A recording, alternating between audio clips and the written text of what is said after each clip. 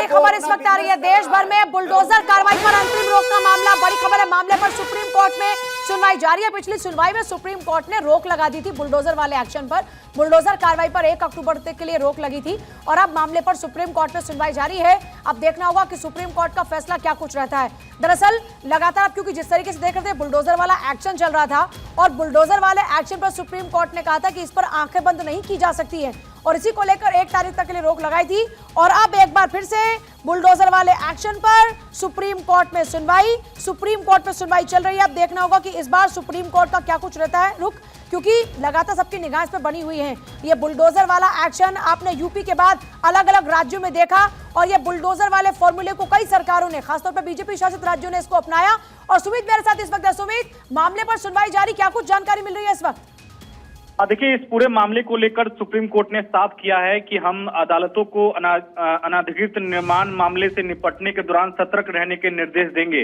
और कोर्ट ने साफ तौर पर एक बार फिर से दोहराया है कि महज कोई दोषी और आरोपी होने के आधार पर आप किसी के घर को आप तोड़ नहीं सकते हैं। इसको लेकर हम स्पष्ट करेंगे। फिलहाल सुप्रीम कोर्ट ने पिछली सुनवाई की अगर अब बात करें पूजा, तो सुप्रीम कोर्ट ने देश भर में बुलडोजर कार्रवाई पर रोक लगा रखी है। किसी राज्य में बिना कोर्ट के परमिशन से बुलडोजर कार्रवाई नहीं हो सकती है। फिलहाल सॉलिसिटर जनरल तुषार मेहता 3 राज्यों के लिए कोर्ट में पेश हुए हैं। यूपी, मध्य प्रदेश और राजस्थान के लिए जो है वो पैरवी कर रहे हैं एसजी तुषार मेहता। फिलहाल तुषार मेहता की दलील है कि इस पूरे मामले में सुप्रीम कोर्ट को एक गाइडलाइन तय कर देना चाहिए कि नोटिस जो है वो कितने दिन पहले दिया जाना चाहिए।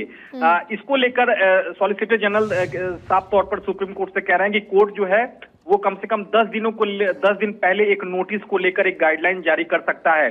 फिलहाल बुलडोजर कार्रवाई को लेकर सॉलिसिटर जनरल जो है वो बचाव में, तमाम राज्यों के बचाव में अपना पक्ष रख रहे हैं।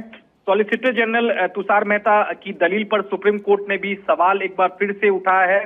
जस्टिस BR गवई का कहना है कि आप महज किसी के आरोपी और दोषी होने के आधार पर आप बुलडोजर कार्रवाई नहीं कर सकते हैं, क्योंकि अदालत का काम है किसी आरोपी और किसी दोषी को सजा देना।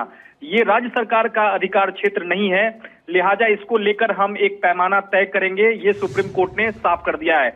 फिलहाल सुप्रीम कोर्ट में पिछले 1 घंटे से पूजा सुनवाई जारी है। सुप्रीम कोर्ट पिछली सुनवाई के जो आदेश है क्या उसे बरकरार रखता है, यह देखना बेहद अहम रहेगा। लेकिन सीधे तौर पर यहां सवाल सुप्रीम कोर्ट ने उठा दिया है कि आप किसी भी आरोपी या दोषी के आधार पर आप किसी के घर को नहीं तोड़ सकते हैं। ये सुप्रीम कोर्ट ने एक बार फिर से इस बात को दोहराया है।